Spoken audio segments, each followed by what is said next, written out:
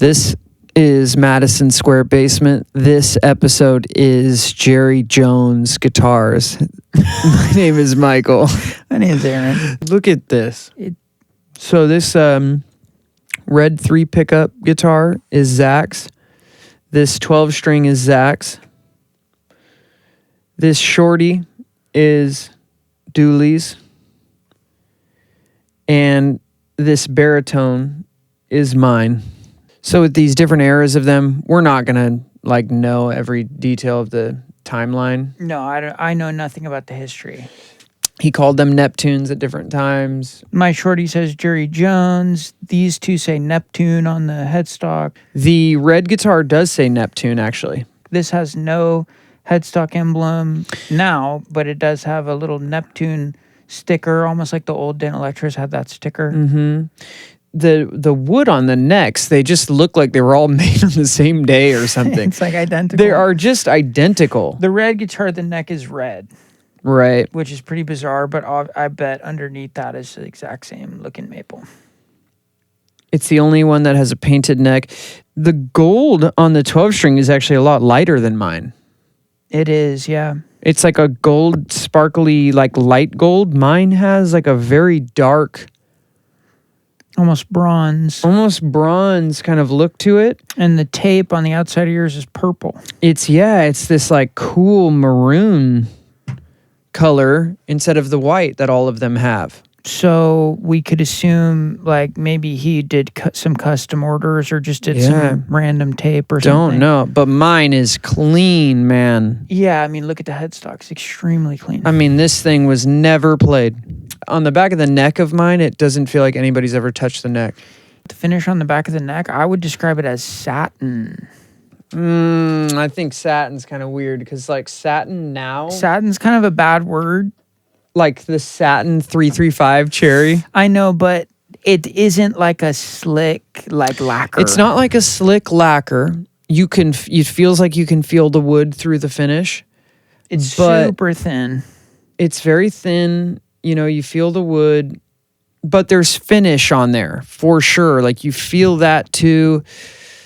The Jerry Jones like finish, they just, he just did it right. Where like it feels like an old guitar. It's extremely thin.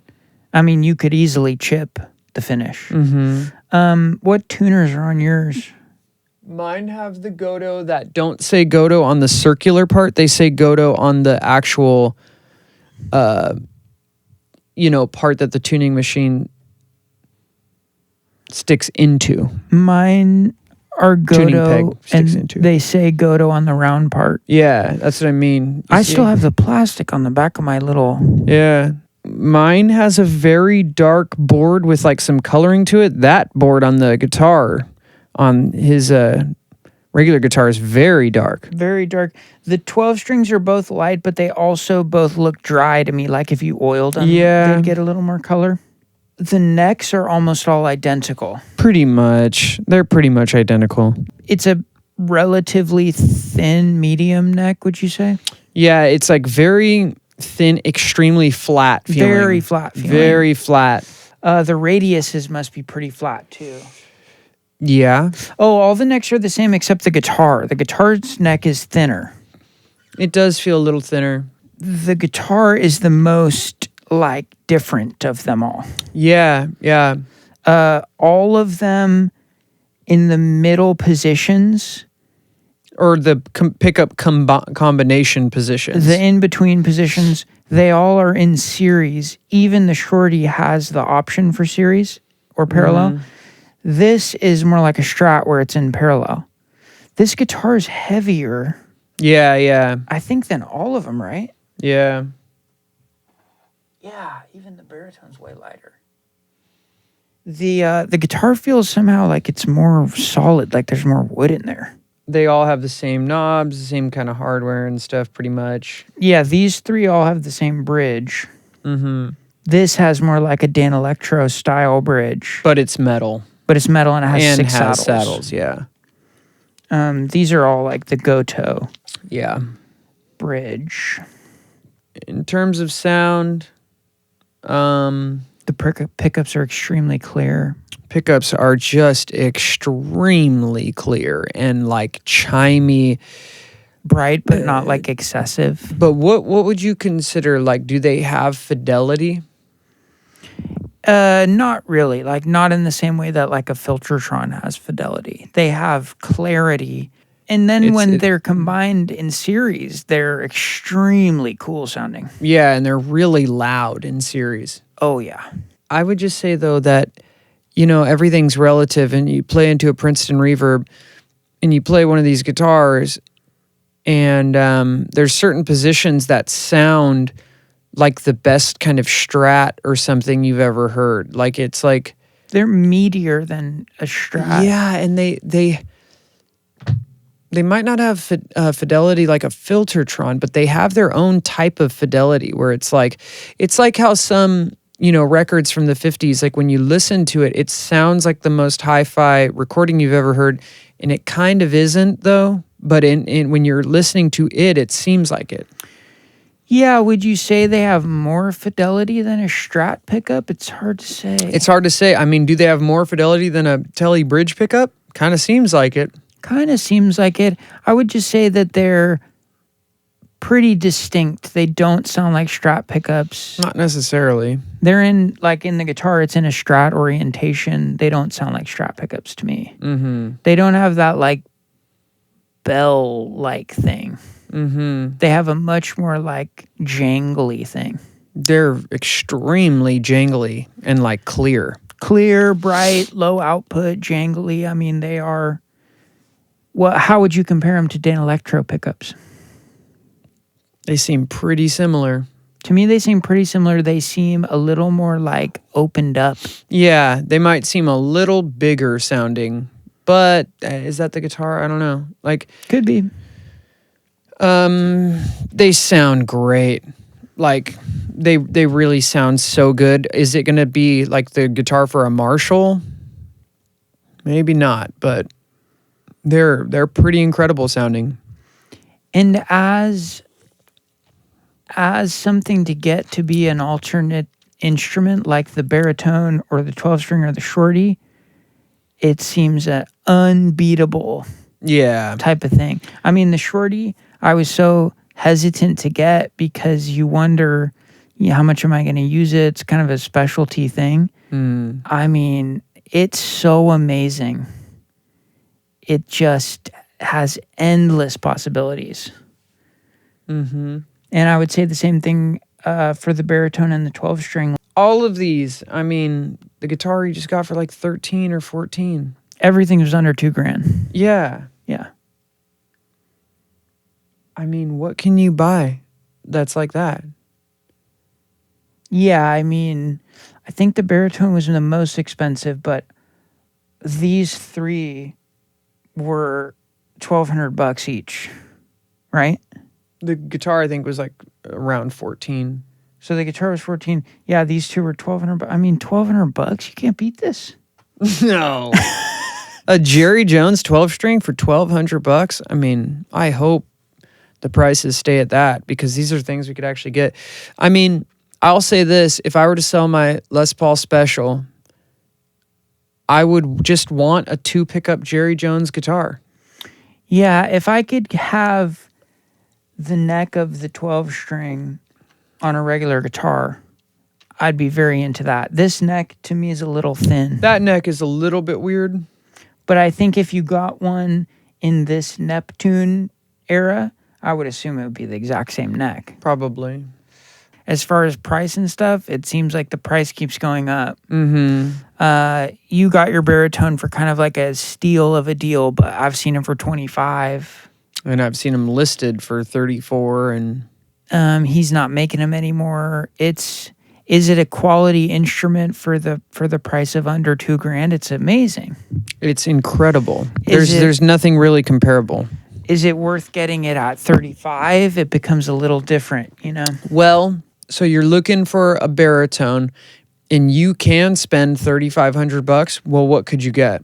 What about what's that guy's name? Grez. The Grez?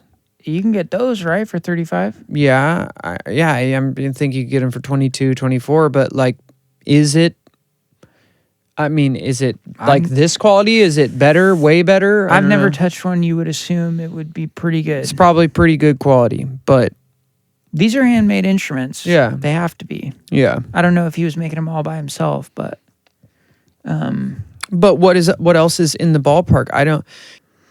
I'm just saying I'm sure there's baritone guitars, if not a custom-made baritone guitar for $3,500 that's there. For available. sure. If you really wanted a Dan Electro baritone 6-string bass or something, this is in my opinion, a much better option. Yeah. I had a Dan Electro 6-string bass and it doesn't play anything close to this type of quality, you know? Yeah. So if you had your heart set on a Dan Electro, a Jerry Jones would be a step up. And then that's like a good way to segue into, are these like just Dan Electros, you know? Is like that the sound of these? I mean, yes, there were some Dan Electro 6-string basses and the rare kind of baritone transitional scale guitars. You know, good luck like finding a real good one, but when you get down to the guitar, like that 3 pickup guitar, the Shorty obviously was never made. The Shorty was never a Dan Electro. I mean, they were like the Vox. Yeah, and the 12-string, there was never a Dan Electro 12-string like that. I don't believe so. So, I mean, those two instruments are things that they're not just coming from the lineage. They're using like the build design sort of, and they're using like the pickups. Yeah, like we're saying, I mean, the fact that it's an intonatable bridge, the fact that the tuners are solid, the fact that the whole guitar is more solid, maybe results in this bigger fidelity sound. So it's a Dan Electro type of sound, but the, you know, quality that's there is different. It's not like garagey sounding or something. No, and it's not like telephony. It's not small sounding. It's not like a little guitar. It's not like you'd play a telly at a gig or a Strat and put on this, and then all of a sudden it would be like, you know, guitar My you cheap- only use for yeah. slide or something. It's nothing like that. These are just great, cool guitars. And for some stuff, they're kind of unbeatable in terms of the sound. Yeah. Like there's some sounds that these guitars make.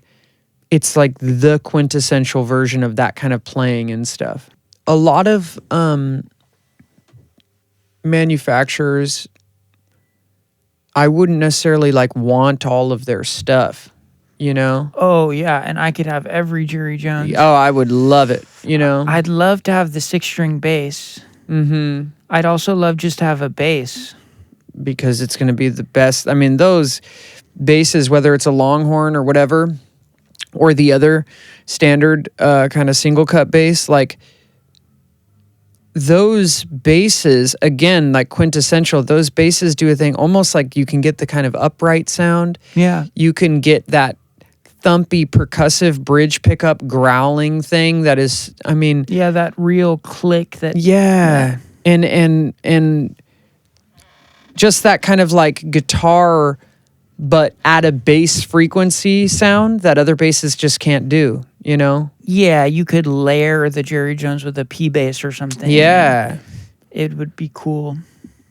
Yeah. There's something about how these sounds like incorporate into recordings and stuff. Like they light up recordings and make them special, you know? Yeah, I mean, the Shorty is a special sound unto itself, but like every time we've put that on a recording, it's like, oh my gosh, that's amazing. You know, they're so extremely consistent. I know. That, I mean, there's not a problem with any one of them. I wouldn't hesitate to buy one on Reverb without playing it first. Yeah. And like a Gibson would just be a total shot in the dark. But we didn't like try this real close to an amp with tons of gain. Like, I don't know if the pickups are going to completely squeal. Do you know if they're potted?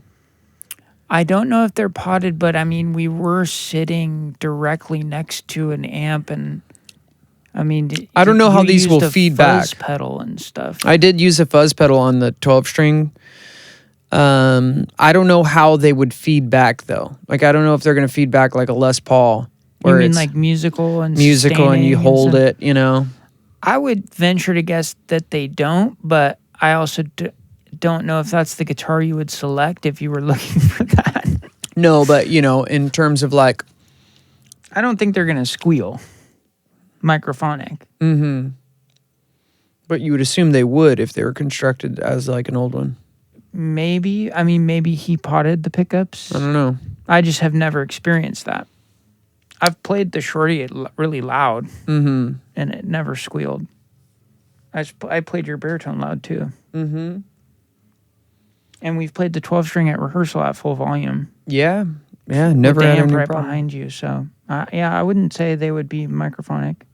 The pickups going in series is really cool, but it's also, it can be a little bit like difficult, or maybe not difficult, but it is kind of strange when you like go from one position to the next and it's double the volume. Yeah, the volume is just so drastically different.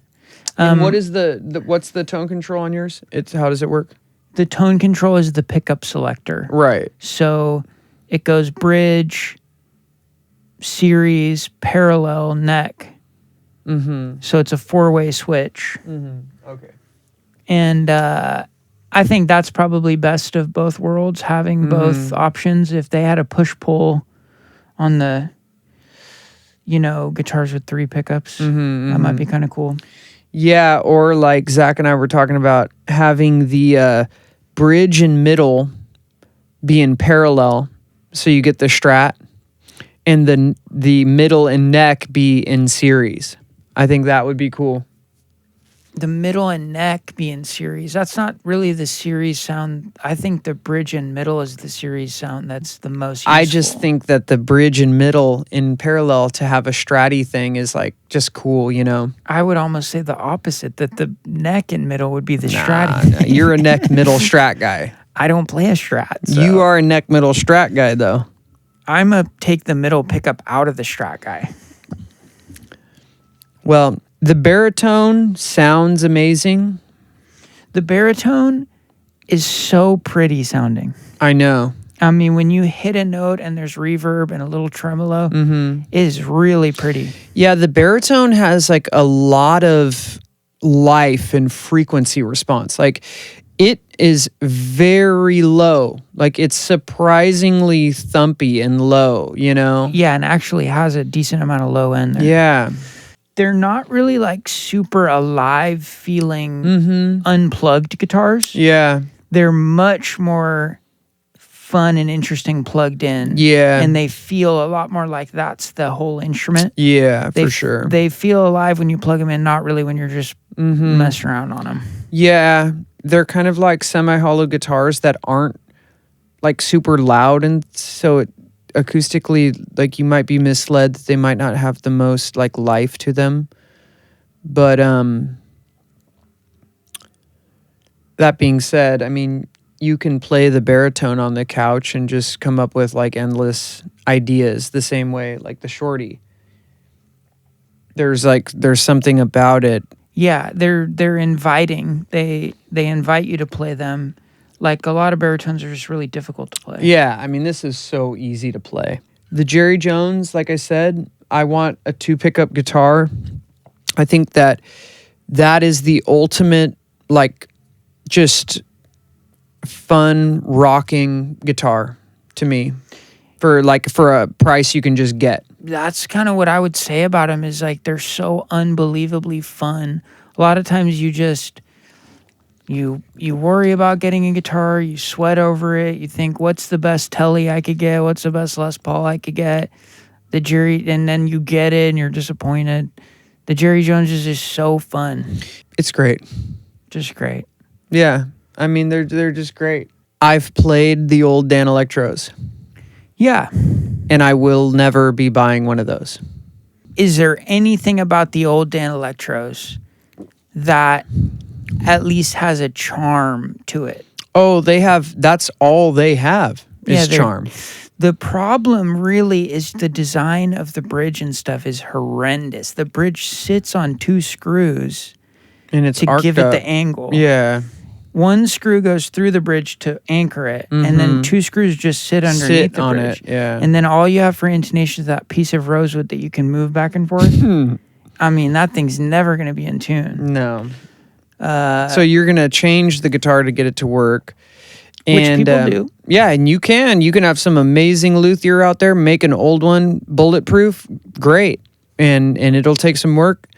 You need a smart person to work on one of those guitars.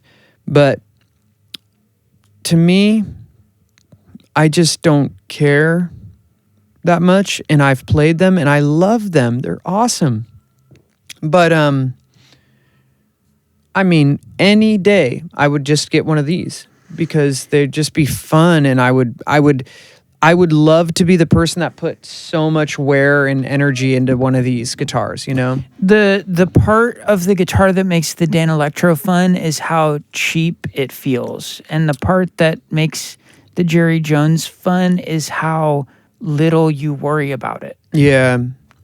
Whereas the Dan Electro, you don't worry about it because you just don't expect anything from it. But we say that these guitars are kind of quiet unplugged. They don't seem like there's tons of stuff going on when they're unplugged. Try playing a Dan Electro unplugged. Yeah, It sounds plastic. it sounds like you have strings on a broom, or like like a plastic bottle, you know, a lot of the time. Yeah. Man, this thing got played a lot.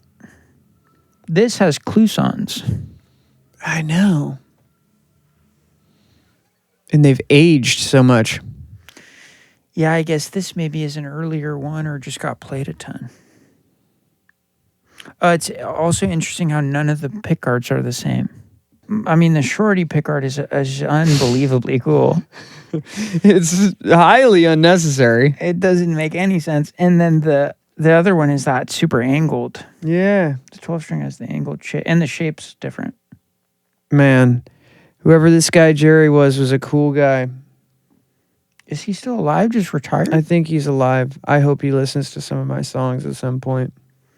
If you're out there, Jerry. Yeah, I recorded a song that has the shorty on it. And we appreciated it. Yeah.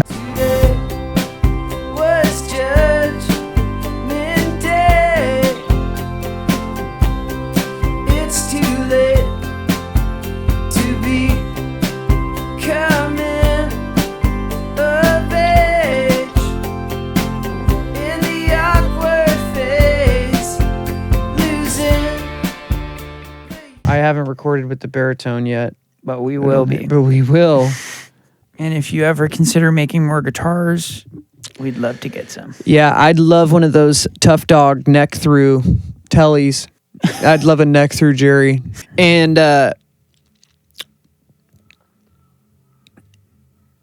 yeah.